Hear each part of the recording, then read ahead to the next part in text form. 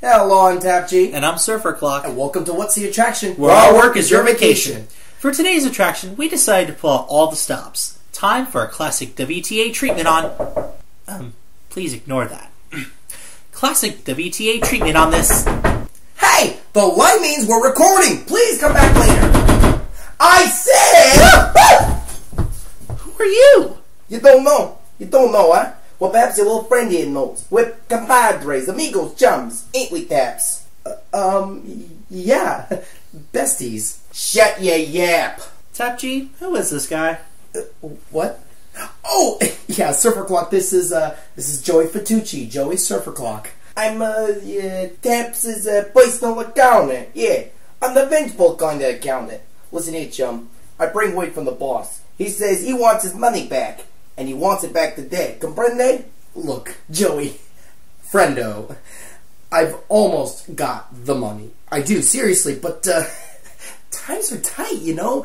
The economy's in the toilet, inflation, national deficit, high tax rates on squirrel farming. Shut up! Ah! You two got until the end of your little episode of What's the Armitage to pay me back the money you owe me, or we're gonna have some problems. What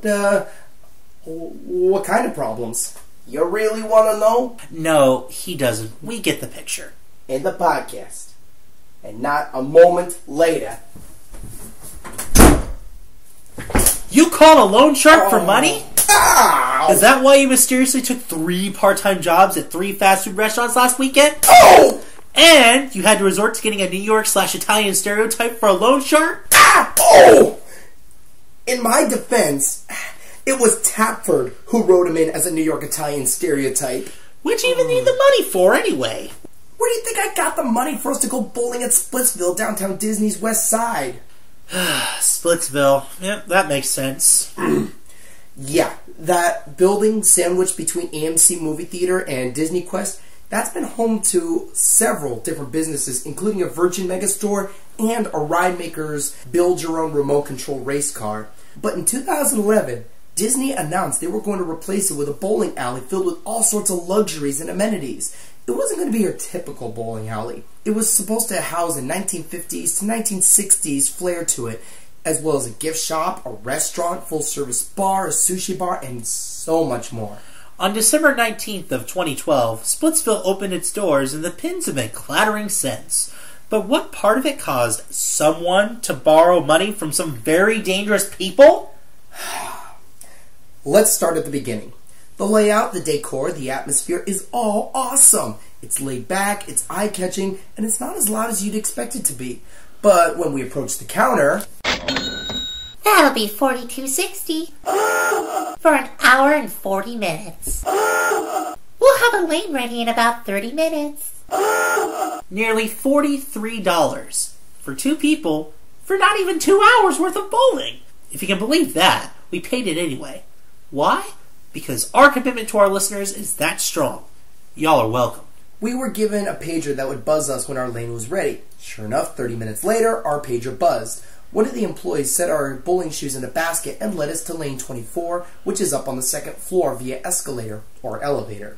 We put on our shoes, settled in, entered our names, and thus the bowling commenced. We decided to get something to drink. Thanks to some divine entity, Splitsville had a Coke Freestyle machine. And what's a Coke Freestyle machine, you ask? Only a gift from heaven above, that's what. Imagine a soda fountain with over 100 different soft drink choices and variations in a large computer, enabling you to not just drink sodas like peach-flavored Sprite or orange-flavored Seagram's Ginger Ale, but also mixing them in a myriad of experimental mixtures. Thankfully, we could indulge on this treat. The catch? In order to do so, we each had to buy a souvenir cup for $9.50 each. But wait, there's more. The cup is only good for 1 day's use. Seriously, the advertisements say they're good all day until close. When we filled our cups, the machine reminded us that we could use the machine for the next 15 hours. By the time we left, more than an hour later, we filled them up one last time. The machine told us we had 14 hours left. How did it know? There's an RFID chip at the bottom of your cup to monitor use of your cup. This same chip also prevents any other cup other than said souvenir cup from getting any soda from the machine. A smart cost-saving idea, but It completely shuts out the local demographic. Any business can tell you that's a terrible practice, even for a business that strongly relies on out-of-town tourist spending. And speaking of timers, the moment we got to our lane, we saw a timer in the corner of our screen that counted down how much time we had left to our lane, counting down from 1:40. If it started a countdown at, like, the last half hour to remind us, that wouldn't be so bad. But no, it's a constant reminder of how little time you have left, even before anyone throws a ball. By this time, we got a little hungry. Thankfully, Splitsville doesn't just serve food, they serve it right to you at your lane. Awesome, right? Well, they have a diverse menu with a lot of tasty sounding choices, but there was a catch. Can you figure out what that catch was? That's right! We ordered a plate of crinkle-cut fries with cheese-flavored sauce, ranch, bacon, and scallions off the appetizer menu. How much, you ask? $10. If we had ordered the fries without all that extra stuff, it would have been $7. And that was the cheaper stuff off the appetizer menu. In total, folks, we had spent over $70 on less than 2 hours of bowling with 2 drinks and a basket of fries. That's criminal. Because of the price alone, TapG and I will not be returning anytime soon. However, that's not to say there weren't any good aspects to going to Splitsville. After all, you're not just paying for bowling, food, and drink. You're mostly paying for the atmosphere, too. And the decor is fun and inviting. The music isn't too loud. The lighting is low and mellow. It's a nice place to relax with friends. And speaking of music... Oh, yes. The music selection was, at times, a bit eclectic. It started with Sweet Child of Mine, then transitioned to Justin Bieber's Baby, then Bohemian Rhapsody by Queen, followed by Philip Phillips' Home, September by Earth, Wind & Fire, then YouTube sensation Psy with Gangnam Style. There was little, if any, continuity, so unless you have a large diversity of songs on your MP3 player, the music there is bound to both interest and annoy you at the same time. They had all the music videos on half the TVs there. When Gangnam Style came on, about 12 people all launched into the signature dance. That stupid dance! It was like someone took a plunger and just yanked Psy himself right out of the TV. Oh, wait, what was that? What was the plunger? Excuse me.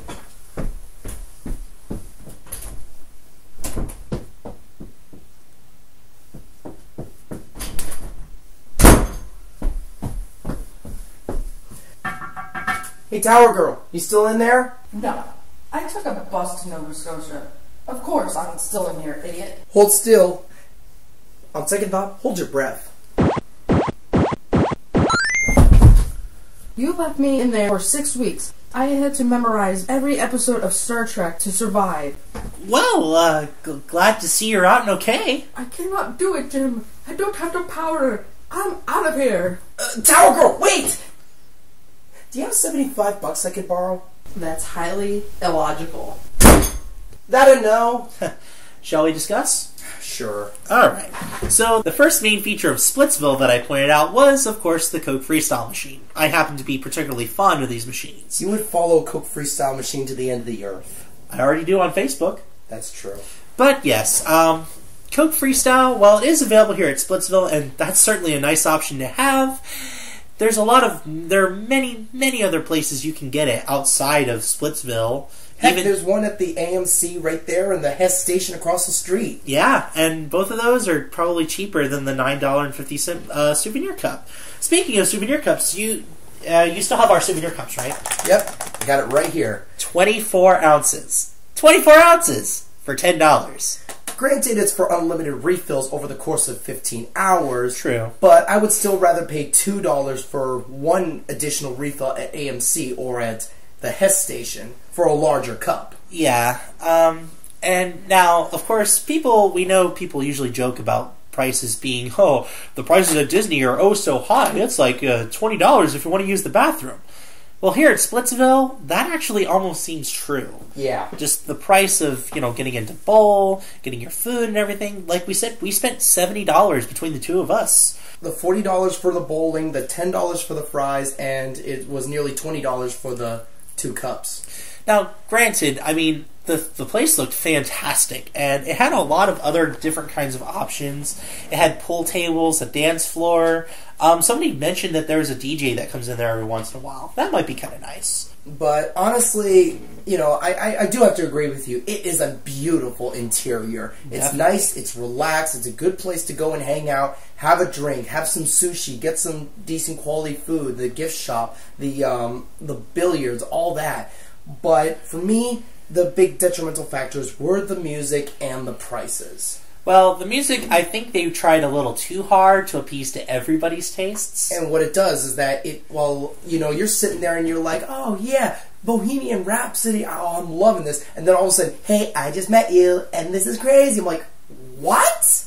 How? Why? Huh? Yeah, I think it just, like I said, it tries way too hard to appeal to just about everybody. And I guess it does appeal to some people, but certainly not to everybody. Yeah.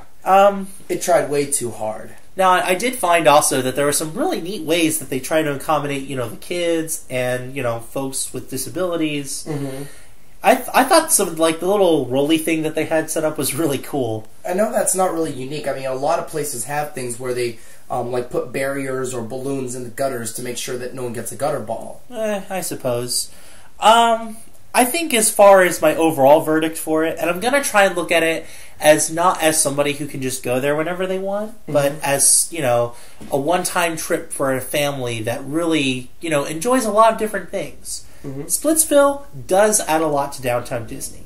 I think the unique environment, the chance to bowl on Walt Disney World property. This is something that wasn't there before. Yeah. At least not a place other than oh yay, knock down the pins while you're at a gift shop or something. I suppose. But I think it just brings the whole unique bowling experience there, and I think that's a really good thing. However, I think the prices, if you have the extra money and you're willing to go out of your way to have that unique I bowled at Walt Disney World experience, Splitsville, it's fantastic.